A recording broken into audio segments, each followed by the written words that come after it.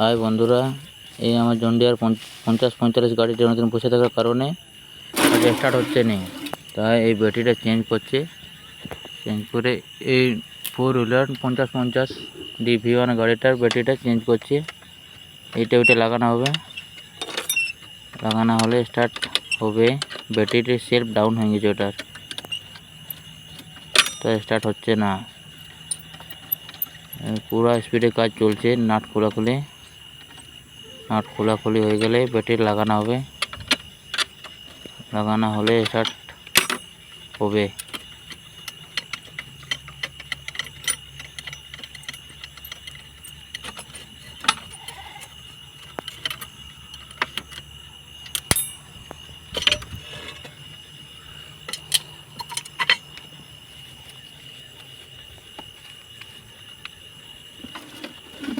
এখন লাগানো হবে ব্যাটারিতে।